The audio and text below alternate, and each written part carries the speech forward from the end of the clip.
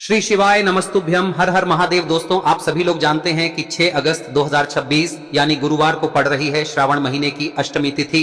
और दोस्तों, ये वो तिथि है जो श्रावण महीने में पड़ने वाली सबसे बड़ी तिथि है, क्योंकि यह गुरुवार के दिन पड़ रही है। और इसी दिन किया गया एक मुख्य द्वार दीपक और एक कटोरी चावल दाने का उपाय कभी भी खाली नहीं जाता है और इसका बहुत ही बड़ा और विशेष महत्व होता है। पूज्य गुरु जी ने कहा है, अगर कभी भी मौका लग जाए और श्रावण महीने की अष्टमी तिथि गुरुवार को पड़ जाए तो आप लोगों को एक मुख्य द्वार दीपक वाला उपाय तो अवश्य ही करना चाहिए।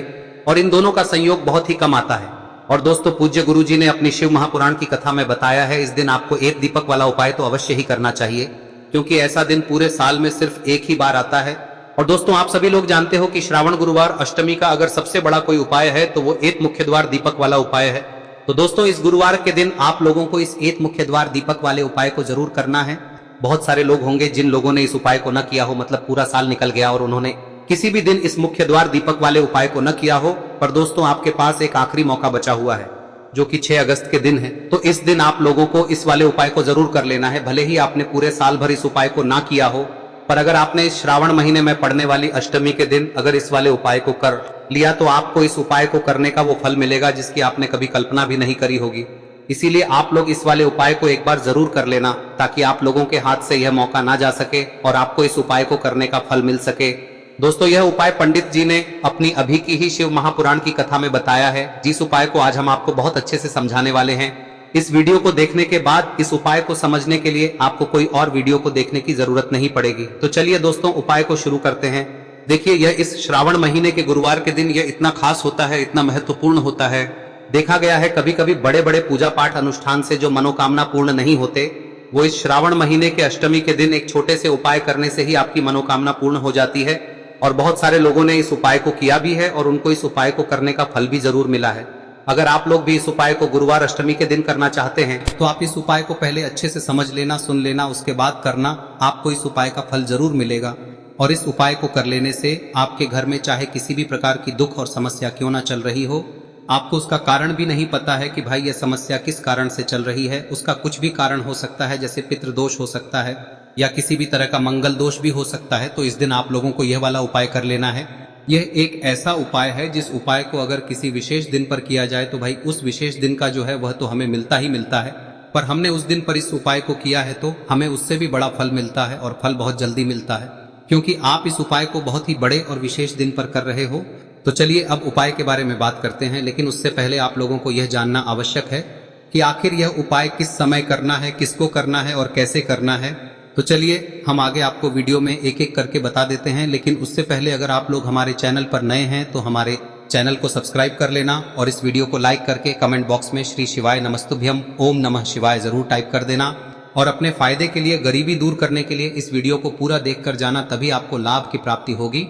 यदि आज आपने वीडियो को बीच बीच में से देखा, काट काट कर देखा, तो आपको जीवन में कभी तो दोस्तों, इस एक दीपक वाले उपाय को हमें इस गुरुवार के दिन कैसे करना है, किसको करना है, किस समय करना है और कहां पर करना है, ये सारे सवालों के जवाब आपको इस वीडियो में मिल जाएंगे। और जो ये वीडियो देखेगा भाई, उसको एक मुख्य द्वार दीपक वाला उपाय जरूर करना चाहिए, क्योंकि इस दिन दीपक का भी बहुत ही बड़ा और विशेष महत्व होता है।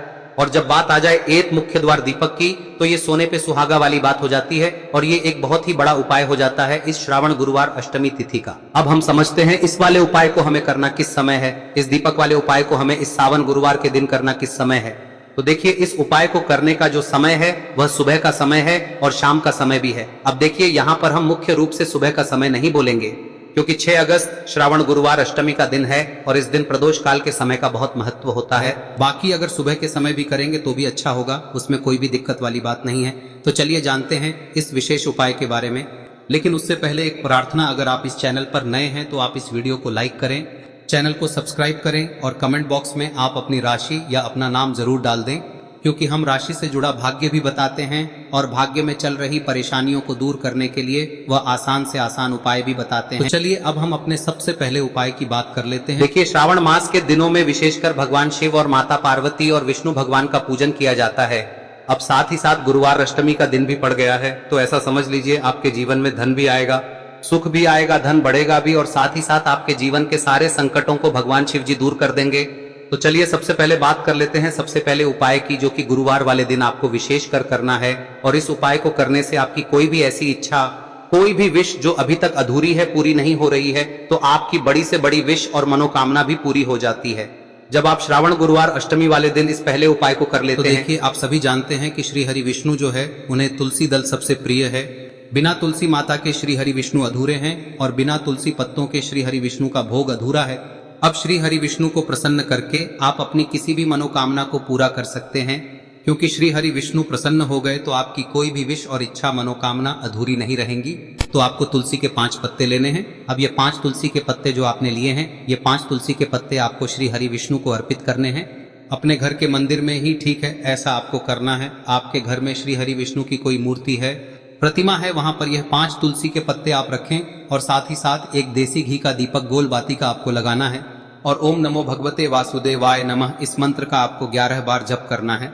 देखो मंत्र कौन सा है, ओम नमो भगवते वासुदेवाय नमः, और फिर श्री हरि विष्णु से अपनी विश, अपनी इच्छा, अपनी मनोकामना कह देना और फिर देखना आपकी विश और इच्छा, जो भी आपकी मनोकामना है, जो भी अपने जीवन में आपको चाहिए। अगर निर्धनता बहुत है, आप अपने घर से गरीबी को दूर करना चाहते हैं, या फिर धन आपका बढ़ता नहीं है, आप चाहते हैं कि आपका धन बढ़े, या फिर आपके घर में फिजूल खर्ची बहुत होती है, पैसा आपके पास नहीं रुकता है, आप चाहते हैं कि पैसा आपके पास रुके, या फिर घर में कोई व्यक्ति ऐसा है जो बहुत बीमार रहता है, या फिर किसी का विवाह नहीं हो पा रहा है, तो जो भी आपकी इच्छा है, जो भी आपके विश है, बस एक बार श्री हरि विष्णु से कह दें। दिन है, साथ ही 7 साल का सबसे बड़ा दिन है।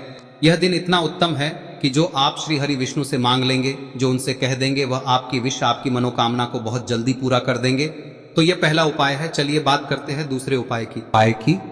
देखो, यदि आपके जीवन में आर्थिक संकट बहुत अधिक हो रहे हैं, धन की समस्या लगातार जीवन में बनी हुई है, एक एक रुपयों को प्राप्त करने के लिए आपको बहुत अधिक मेहनत कर रहे हैं, तो आज रात्रि में सोने से पहले आपको हो यह चमत्कारी दीपक का उपाय अवश्य करना है। या फिर यदि आपका जो व्यापार है, बिजनेस है, दुकान है, वह अच्छे से नहीं चल पा रही है, तो आज रात्रि में इस विशेष दीपक का उपाय आपको अवश्य करना चाहिए। देखो दोस्तों, दीपक हमारे घर में सभी नकारात्मक शक्ति को बाहर करता है। यह उपाय आपको साल में केवल एक बार करने का ही मौका मिलता है। देखिए, इस उपाय के लिए आपको तुलसी जी की जो सूखी लकड़ी होती है उसे ले लेना है। देखिए दोस्तों, यदि आपके पास पुरानी तुलसी जी की लकड़ी है तो उसे आप ले सकते हैं, और यदि आपके घर में तुलसी जी जो लकड़ी है वह सूखी हुई है तो उसकी लकड़ी आप तोड़ के इस्तेमाल कर सकते हैं। लेकिन आपको ध्यान रखना है कि सूर्यास्त से पहले पहले ही आपको ये जो तुलसी जी की लकड़ी है इसे अवश्य ही तोड़ लेना है। तो इस उपाय के लिए आपको सबसे पहले तो एक मिट्टी का दीपक लेना होगा, चाहे तो आटे का दीपक भी ले सके, क्योंकि आटे का दीपक सभी दीपक में सर्वोत्तम माना गया है। इस दीपक के अंदर आपको शुद्ध घी का प्रयोग करना होगा, और इससे दीपक के अंदर आपने जो तुलसी जी की लकड़ी ली है उसे भी रख देना है। लेकिन ये जो तुलसी जी की लकड़ी है, इसमें आपको चारों तरफ अच्छे से घी लगा लेना है। देखिए, गुरुजी ने बताया है कि जो तुलसी जी की लकड़ी है, यदि आप उपाय करते हैं और बहुत ही शीघ्रता से जल जाती है, तो इसके लिए आपको एक कार्य करना है। आपको थोड़ी सी रुई ले लेनी है और उस रुई को आपने जो तुलसी जी की लकड़ी ली है उस पर अच्छे से चारों तरफ लपेट देनी है। तुलसी जी की लकड़ी के ऊपर रुई लपेटने के बाद इसे आपको पूरा घी के अंदर डुबो लेना है। अब इसे आपको बाती के रूप में प्रयोग करना है। अब दोस्तों, इस दीपक को आपको प्रज्वलित कहां करना है? तो इस दीपक को आपको या तो भगवान विष्णु के सामने प्रज्वलित करना होगा, या फिर आपको भगवान श्री राम के सामने प्रज्वलित करना होगा, या फिर भगवान कृष्ण के सामने, यानी कि भगवान विष्णु के जो भी अवतार हैं उनके सामने आप ये दीपक प्रज्वलित कर सकते हैं। या फिर आप इस दीपक को माता तुलसी जी के सामने भी प्रज्वलित कर सकते हैं। पूज्य गुरु जी ने बताया है कि जो भी व्यक्ति इस प्रकार से तुलसी जी की डंडी से या दीपदान कर देता है, उसके जीवन में कभी भी धन की समस्या नहीं होती है। इसीलिए आपको ये पूरे साल में केवल एक बार ही मौका मिलता है। इस उपाय को करके देखना, आपकी सभी इच्छाएं जरूर पूर्ण होंगी। ये जो उपाय है रात्रि में सोने से पहले करना है। अब बताते हैं तुलसी के गमले में आपको वह कौन सी चीज डालनी है जिस उपाय को करने से आप अपने जीवन में महाधनी बन जाएंगे। इतना धन आपको मिलेगा कि कभी भी आपके धन में कमी नहीं आएगी, कभी भी आपका धन बर्बाद नहीं होगा। आपके पैसे की बर्बादी बिल्कुल आपके जीवन से रुक जाएगी। और जो लोग कहते हैं कि घर में पैसा तो आता है, पैसा रुकता नहीं है और पैसा बढ़ता नहीं है, वृद्धि नहीं हो रही है, उन्हें भी विशेष यह तीसरा दिन जरूर करना चाहिए। तो देखिए, पहले ही आपको बता दिया कि श्री हरि विष्णु की पूजा और उनका भोग श्री मतलब तुलसी मैया के बिना अधूरा है ना। और तुलसी मैया जो है वह श्री हरि विष्णु के बिना अधूरी है। तो देखिए, जब भी आप तुलसी का कोई उपाय करेंगे तो सीधे सीधे आप श्री हरि विष्णु को प्रसन्न कर लेते हैं।